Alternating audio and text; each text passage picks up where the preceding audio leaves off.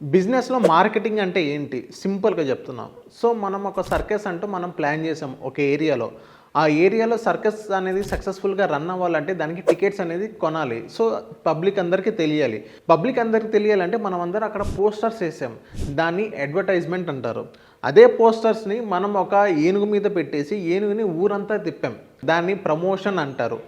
అదే ఏనుగుని ఒక లోకల్‌లో ఉన్న ఎమ్మెల్యే ఇంటికి తీసుకెళ్ళాము. ఆ ఇంటికి తీసుకెళ్ళిన తర్వాత అక్కడున్న జర్నలిస్ట్ వాళ్ళందరూ, ప్రింట్ మీడియా వాళ్ళందరూ ఫోటో తీసి దాన్ని న్యూస్ పేపర్‌లో వేయడం జరిగింది. దాన్ని పబ్లిసిటీ అంటారు. అదే న్యూస్ పేపర్‌ని ఎమ్మెల్యే ఫోటో దిగి తన సోషల్ మీడియాలో గానీ, వేరే ఇతర ఎక్కడైనా పోస్ట్ చేస్తున్నట్లయితే దాన్ని పీఆర్ అంటారు.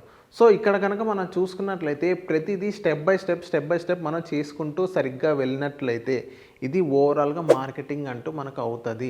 సో, మార్కెటింగ్ అనేది మనం డైరెక్ట్‌గా అక్కడ పోస్ట్ చేయడం గానీ, టీవీలో అడ్వర్టైజ్‌మెంట్ ఇవ్వడం అనేది అది కాదు. స్టెప్ బై స్టెప్ కొన్ని ప్రాసెస్ ఉండిద్ది. ఆ ప్రాసెస్ గనక మనం కరెక్ట్ ఎగ్జిక్యూట్ చేసినట్లయితే మన సర్కస్ అనేది సక్సెస్‌ఫుల్‌గా అనేది రన్ అవుతుంది. సర్కస్‌కి చాలామందొస్తారు. చాలామంది వచ్చిన తర్వాత దాని టికెట్ అనేది కొనడం జరుగుతుంది. దాన్ని సేల్స్ అని అంటారు మొత్తం ఓవరాల్‌గా. సో, ఇది మార్కెటింగ్ అంటే.